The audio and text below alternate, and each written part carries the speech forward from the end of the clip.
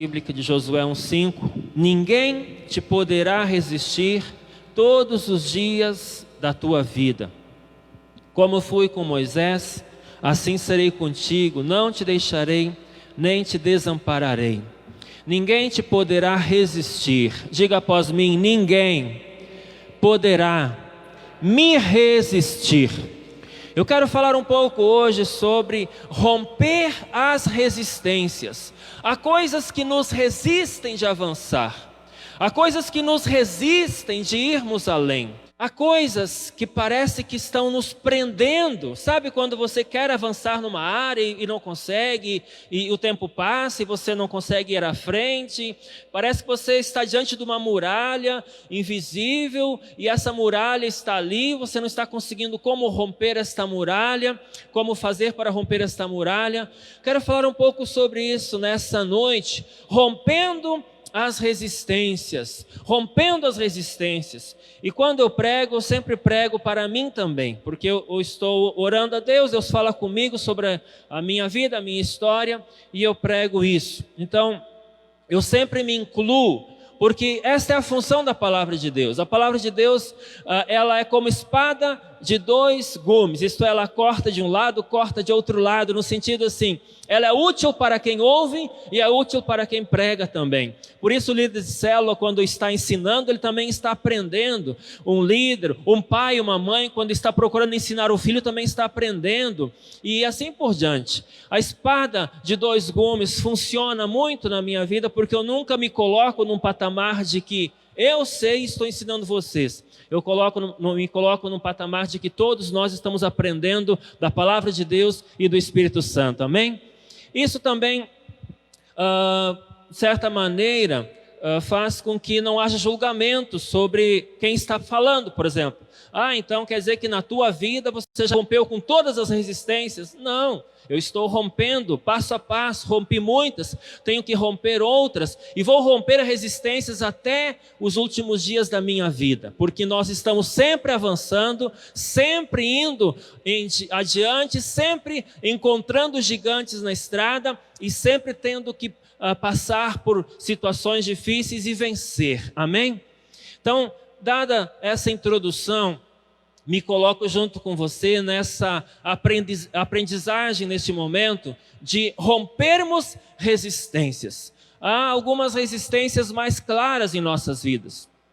Eu tenho algumas resistências mais claras na minha vida, que eu entendo que eu devo atacar bastante forte essas resistências. Outras já consegui romper bastante. Por exemplo, na área de estudos. Eu lembro que lá no início a Kélia fazia faculdade, se formou, e eu não tinha feito ainda a faculdade, então eu me sentia um pouquinho atrás dela, não em termos de competição, mas eu queria também poder fazer uma faculdade e me formar. Então, de certa maneira, eu corri atrás dela, né? Hoje rompi essa resistência e concluí o mestrado, e agora ela também sonha com mestrado e logo, logo, quem sabe, estará fazendo. Mas algo que eu rompi de certa maneira, agora preciso romper para o doutorado. Isso é uma área. Outras áreas financeiras preciso romper. Talvez você também precise romper. Outras áreas, quem sabe, no trabalho, você conseguir ter uma promoção, ganhar melhor, romper no teu trabalho. Quem sabe na família, há coisas que sempre voltam, problemas na família que voltam e voltam e voltam, e você sempre se vê lutando com os mesmos problemas na família. Quem sabe esta é a tua resistência, é ali que você precisa romper. Quem sabe você tem brigado com a sua esposa ou com o seu marido por uma década, e as mesmas situações, as mesmas coisas, caem nos mesmos problemas sempre. Então é preciso romper. Diga, eu vou romper toda a barreira na minha vida, em nome de Jesus. Eu falo sobre isso. Ninguém poderá te resistir. Por que é que tem algo resistindo diante de mim? Por que alguma coisa está posta diante de mim e eu não consigo romper? Se a Bíblia diz que ninguém poderá te resistir, por que alguma resistência está posta diante de mim? E aí entra a fé. E aí entra a guerra espiritual, e aí entra a oração, e aí entra o jejum que nós estamos entrando. entra esta guerra para rompermos resistências. Há muitas coisas que nos resistem no avanço em nossas vidas. Então, quem já não teve essa experiência de parece assim que está sendo resistido, não consegue ir avante? Quem já não teve essa experiência? Certamente todos aqui já tiveram. Em quais áreas da sua vida você se sente resistido, não consegue avançar, não consegue ir além? Ali é preciso dar um enfoque especial e procurar saber o porquê que eu não estou avançando nesta área da minha vida.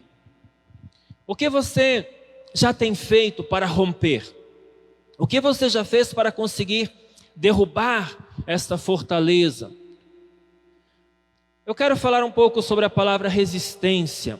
Essa palavra resistência do Antigo Testamento, ela tem o significado de estabelecer, permanecer, se fixar. Então, quando Deus disse, ninguém poderá te resistir para Moisés, ele disse, ninguém poderá se estabelecer diante de ti, ficar parado diante de ti e não cair. Ele vai cair.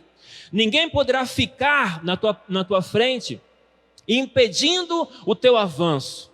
Ninguém poderá se estabelecer diante de ti, ficar diante de ti, impedindo a tua passagem, porque essa pessoa, esse alguém, ou esta coisa, esse objeto vai cair. Diga amém.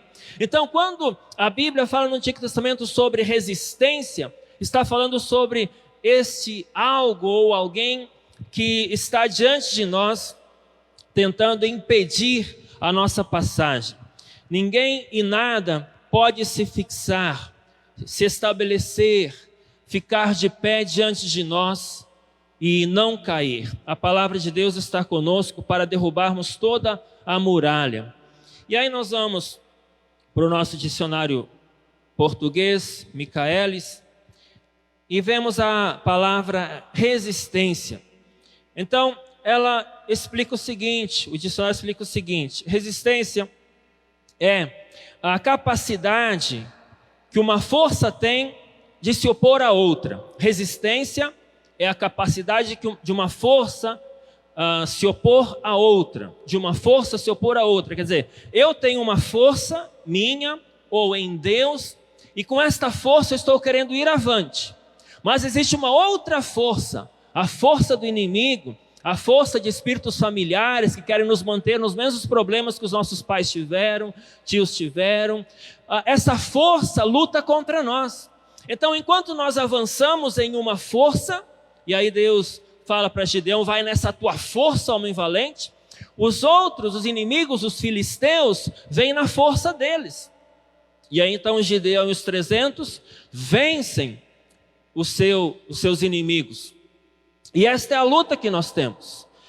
Nós temos uma força para avançar, e o inimigo tem uma força para vir contra nós. E aqui entra a resistência. A gente quer avançar e há uma resistência diante de nós. Esta resistência geralmente tem mais força relacionados aos espíritos que atuam nas nossas famílias. Por exemplo, se uma família tem um histórico de miséria muito grande, muito problema financeiro, econômico, vai ter uma grande força contra esta pessoa que quer avançar, que trabalha, que estuda, vai ter uma grande força contra ela para que ela vença com essa resistência. Qualquer coisa que se estabeleça como obstáculo. Qual é o obstáculo que você está tendo para atingir os teus sonhos, os teus objetivos? Quais são os obstáculos? Nisto está então a sua resistência, ou a resistência que está contra ti. O obstáculo é a resistência. Então nós precisamos romper com estes obstáculos e com estas resistências. Leio contigo um texto bíblico muito lindo, 2 Samuel 5:20, que diz o seguinte: então veio Davi a Baal-Perazim e os derrubou ali, e disse: rompeu o Senhor as fileiras inimigas perante mim, diante de mim, como quem rompe águas, Por isso chamou o nome daquele lugar Baal-Perazim. Aqui diz, rompeu as fileiras inimigas. Olha que palavra linda. Rompeu as fileiras inimigas. Esta é a ação de Deus em nossas vidas. Deus quer que seus filhos rompam com as fileiras inimigas. Rompam com todo obstáculo, com toda resistência. Veja o que diz aqui. Davi foi lutar contra esse exército e então venceu, e ele disse, rompeu o Senhor as fileiras inimigas. Rompeu o Senhor. Aqui fala de romper, rompendo a resistência. Fala de rompimento. É tempo de rompimento, de deixarmos para trás resistências que estavam nos segurando por anos, por décadas, quem sabe, por muito tempo. Deixar para trás essa resistência em nome de Jesus. É tempo de rompimento. Então essa palavra não é tão usada no português, rompimento, mas é uma palavra bastante usada, pelo menos nas pregações em espanhol, de romper, de estar rompendo aquilo que nos prendia e nos segurava. Rompeu o Senhor as fileiras inimigas. Relevante a tua mão direita e diga após mim, o Senhor vai romper com todas as fileiras inimigas. O Senhor vai romper com toda a resistência, em nome de Jesus. Esta é a ideia. Há obstáculos, há resistência. Então eu vou orar, eu vou jejuar, eu vou buscar a Deus, eu vou colocar a minha fé em Deus, e essa resistência vai romper em nome de Jesus. Rompeu o Senhor as fileiras inimigas. Rompeu o Senhor as fileiras inimigas. Esta expressão indica a vitória que Deus quer nos dar. Ele não quer que a gente fique atrás, sem conseguir atravessar estas fileiras inimigas. Deus quer nos fazer romper com toda a resistência. Essa expressão indica também abrir força com violência, isto é, ser violento no sentido assim, de ser determinado. É atravessar com toda a barreira do inimigo. O povo de Deus deve ser ativo, agir com estratégia. Essa palavra aqui, romper, indica você fazer um buraco na fileira dos inimigos, quer dizer, há todo um exército ali, e você vai conseguir atravessar por esse exército, matar inimigos, enfim, atravessar, fazer uma abertura, romper. Pensa numa muralha, você tem uma muralha diante de você, então você vai atravessar, romper essa muralha de alguma maneira, amém? Romper com as fileiras inimigas. Esse romper fala de algo que é agressivo.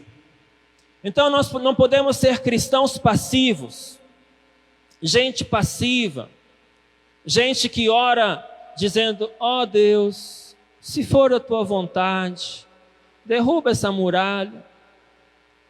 Nós precisamos ser ativos, violentos em oração, no sentido de dizer em nome de Jesus, nenhuma resistência vai continuar diante de mim, porque a palavra do Senhor diz que vai cair toda a resistência e o Senhor vai romper com todas as fileiras do inimigo em nome de Jesus. Amém? Veja o que a Bíblia fala sobre isso em Mateus 11:12. Desde os dias de João Batista até agora, o reino dos céus é tomado por esforço, e os que se esforçam se apoderam dele. O reino dos céus é tomado por esforço. Algumas traduções traduzem essa palavra esforço como violência. Isto é, eu preciso ser alguém de ação, ser alguém muito ativo, porque o inimigo não vai ouvir, ele não vai atender. Se a gente for um cristão boca mole, desculpa aí a expressão, aquele cristão boca mole que fica dizendo, ó Deus, se for a tua vontade, ó Deus, e fica ali naquela atitude, sabe, que não representa autoridade.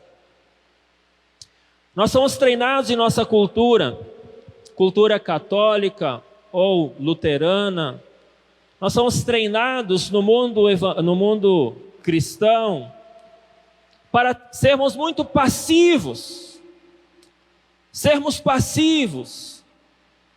Então, reza 30 Ave Marias, reza 10 Pai Nosso e fica lá com a cabecinha rezando, passando o terço.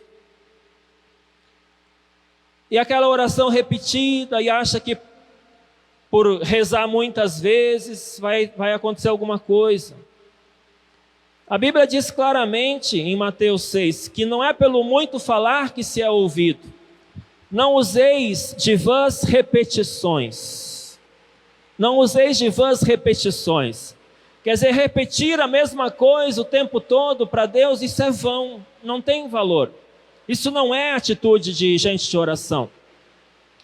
Gente de oração vai tomar a palavra de Deus, vai dizer o que Deus fala sobre aquele assunto, e aí vai para o mundo espiritual. E vai dizer, Deus, a tua palavra diz na área financeira, de que eu emprestarei e não tomarei emprestado, de que eu vou comer e usufruir do melhor desta terra, mas eu estou sem dinheiro para comprar carne de segunda. Então, Deus, eu quero que a minha vida mude. Eu profetizo mudança na minha vida. Amém? É assim que se ora. Eu pego a palavra de Deus e eu uso a autoridade para orar. Mas nós somos treinados para sermos passivos na oração, na reza. Não para sermos fortes e violentos no mundo espiritual. Não é sermos violentos com pessoas, é no mundo espiritual. É saber a nossa autoridade.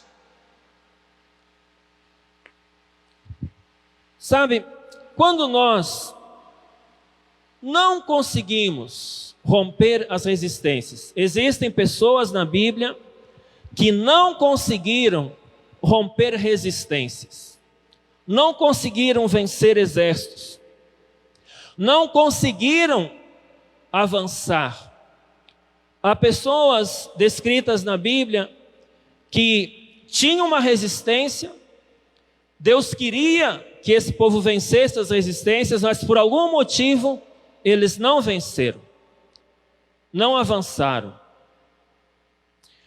Vamos ver na Bíblia o que podemos encontrar sobre isso. Há uma passagem em Josué 7, 12 e 13, ainda falando sobre Josué, sobre romper resistências, que diz o seguinte: pelo que os filhos de Israel não puderam resistir aos seus inimigos. Escute essa. Não puderam resistir aos seus inimigos. Eles não conseguiram vencer. Eles ficaram parados. Não podiam avançar. Por que é que eles não podiam avançar? Viraram as costas diante deles, porquanto Israel se fizera condenado. Já não serei convosco, se não eliminardes do vosso meio a coisa roubada. Dispõe-te, santifica o povo, e dizei: santificai-vos para amanhã, porque assim diz o Senhor, Deus de Israel: há coisas condenadas no vosso meio, ó Israel. Aos vossos inimigos não podereis resistir, enquanto não eliminardes do vosso meio as coisas condenadas. 2 vezes aqui aparece a expressão de não poder vencer o inimigo. O inimigo se estabelece contra essa pessoa, este povo, e essa pessoa ou esse povo não vence o inimigo. Que situações são essas? Aqui aconteceu algo. Eles invadiram um certo lugar. Está escrito isso em Josué 7, 21. Entre as coisas que pegamos, roubamos, aqui fala sobre um personagem chamado Cã. Vi uma bela capa da Babilônia. Vi também 200 barras de prata e uma barra de ouro, que pesava mais ou menos meio quilo. Fiquei com tanta vontade de ter aquelas coisas que guardei para mim. Estão escondidas, enterradas na minha barraca, e a prata está por baixo. O que aconteceu aqui? Pessoas do povo de Deus haviam roubado coisas, haviam guardado coisas condenadas, coisas da Babilônia. Pessoas do povo de Deus desejaram coisas da Babilônia, coisas do mundo, digamos assim. Guardaram isso, roubaram isso, tomaram isso para si, se apropriaram disso. E isso serviu como um empecilho. Isso se tornou um obstáculo para avançar. O que eu entendo aqui, querido? Quando há coisas erradas em nossas vidas, quando há pecados em nossas vidas, não adianta achar que eu vou derrubar toda a muralha, não adianta achar que toda a resistência vai cair por terra, se há coisas erradas, se há pecados abertos na minha vida. Aqui fala, santificai-vos, santificai o povo. O que era santificar o povo? Era tirar do meio do povo aquela coisa roubada, aquele problema. Isto é, era trazer o perdão, trazer de alguma maneira a justiça para aquele povo. Aqui nós entendemos que as pessoas que não conseguem vencer no mundo espiritual, não conseguem romper com toda a resistência do inimigo, são as pessoas que, digamos assim, têm o rabo preso com o inimigo. Fizeram coisas erradas. Nesse caso, roubaram. Fizeram coisas erradas. Então, tem o rabo preso com o inimigo. Aí a pessoa vai dizer, inimigo, eu ordeno que saia da minha vida. E o inimigo vai dizer o quê? Você está comigo. Você não tem autoridade contra mim. Então, o que é que faz com que o Filho de Deus não avance, não consiga ter autoridade espiritual? Pecados abertos, problemas que continuam, erros que continuam. Que situações são essas então? Veja o que diz aqui, já não serei convosco. Deus fala, eu não vou estar com vocês, estou fora. Deus de certa maneira disse, vocês querem agir assim? Estou fora. Você optou pelo pecado? Estou fora. Por que é que o povo não conseguia vencer? Porque Deus estava fora. Deus disse, não estou convosco. Como eu consigo vencer toda a resistência do inimigo? É com a presença de Deus. Amém? Diga após mim, eu vou vencer toda a resistência com a bênção de Deus. Então, por que é que esse povo não conseguia vencer os inimigos? Porque Deus disse, desta maneira não estou com vocês. Se quiserem a minha presença, santidade. Querem fazer falcatrua? É com vocês. Então, a presença de Deus é que era a diferença no povo de Israel. E a presença de Deus é que faz toda a diferença em nossas vidas. Amém? A presença de Deus é que faz a diferença. Nós temos estratégias, aprendemos a orar.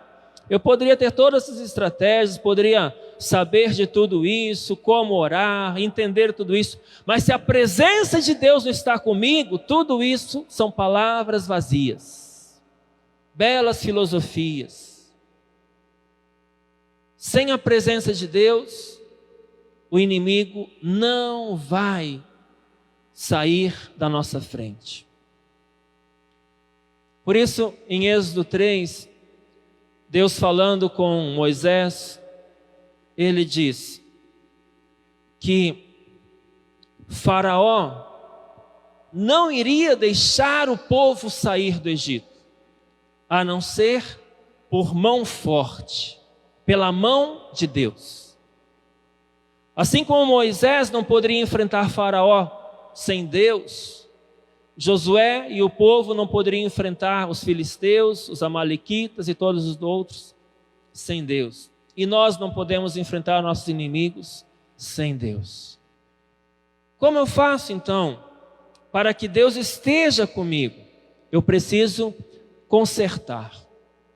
Eu preciso me consertar com Deus. E o que é se consertar com Deus? É pedir perdão pelos pecados. É permitir que a obra da cruz seja apropriada em sua vida. É permitir que o sangue do Cordeiro marque a tua vida. E você seja santificado pela graça, mediante a fé. Santificados pela graça, mediante a fé. Como eu faço isso? Em 1 João 2,1 diz: se alguém pecar, primeiro eu começo falando assim: meus filhinhos, escrevo isso a vocês para que não pequem.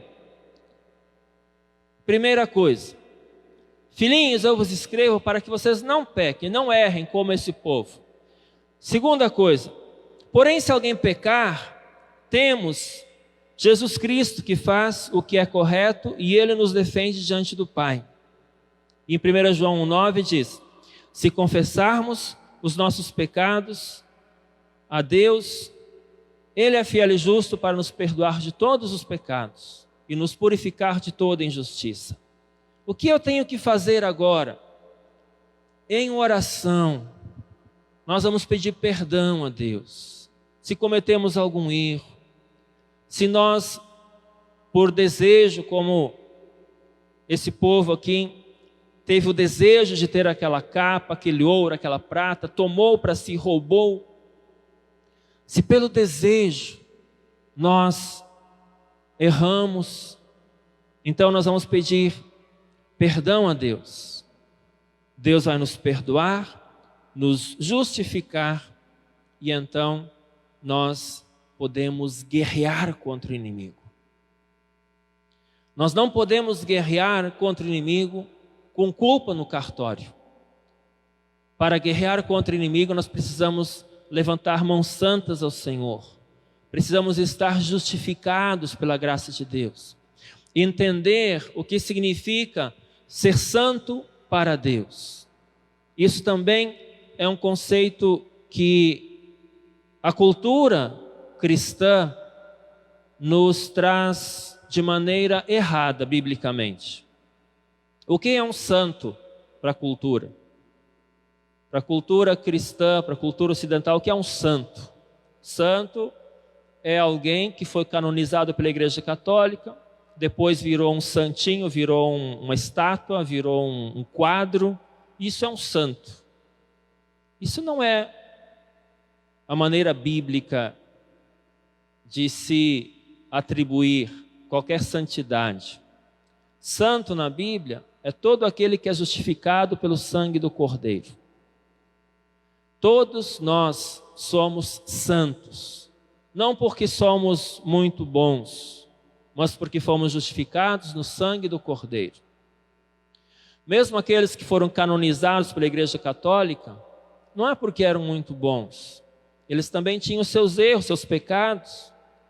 Santo Agostinho é escreveu Confissões, falou sobre a sua vida, sua juventude, seus erros, seus pecados, se converteu depois.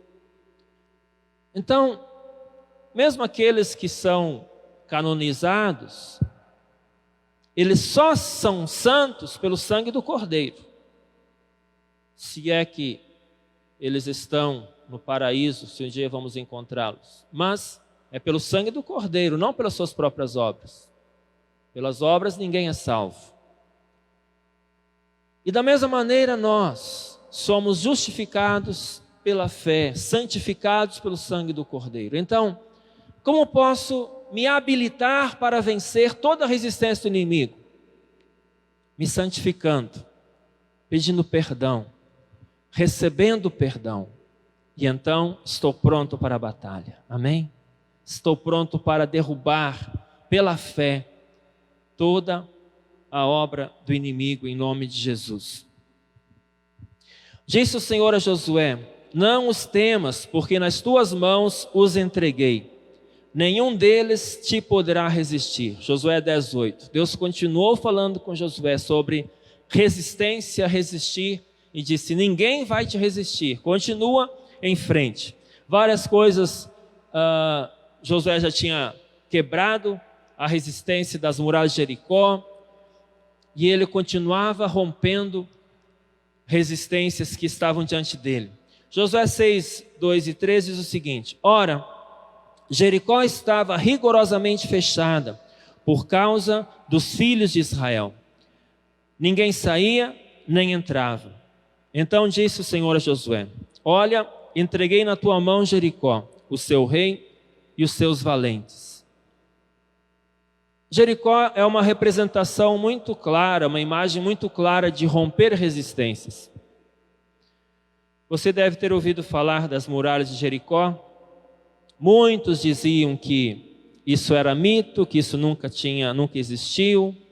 E aí a arqueologia vai lá e descobre que há sim um local datado exatamente desse tempo, de 1400 a.C., que foi colocado fogo, que aparentemente caiu com uma espécie de terremoto, e justamente na 7ª volta ao redor deu uma espécie de terremoto e caíram as muralhas de Jericó. Foram encontrados vestígios das muralhas de Jericó. Você sabe o tamanho dela? 10 metros de altura, 6 metros de largura. 6 metros de largura. Então, era algo muito grandioso. 6 metros de largura, dá para passar 2 ou 3 charretes, ou 2 ou 3 carros, né, em cima da muralha. Essa era a largura da muralha. De que jeito homens iriam derrubar aquilo?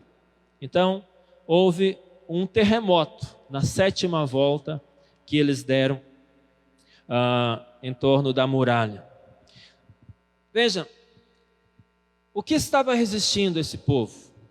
Nesse momento era uma muralha. Deus deu uma estratégia, deem 6 voltas. Quando for a 7ª volta, toquem trombetas, façam barulho. E naquele momento houve uma espécie de terremoto. Qual é a sua muralha de Jericó? O que está impedindo você de avançar? Minha muralha é muito grande, pastor. Mas veja a muralha de Jericó, 10 metros de altura, 6 metros de largura. Como um homem poderia derrubar isso? Qual é a muralha que você está enfrentando? Dê voltas ao redor. Se não cair na primeira volta, dê outra. Deus mandou eles darem 7 voltas ao redor da cidade das muralhas. Se na 6ª volta ainda não tem nem sinal, continua crendo. Dê a 7ª volta. Siga os passos de fé. Você vai vencer. Eu vou vencer. Nós vamos vencer. Nós vamos romper com toda a fileira inimiga em nome de Jesus. Amém? Nós vamos derrubar toda a muralha de Jericó em nome de Jesus.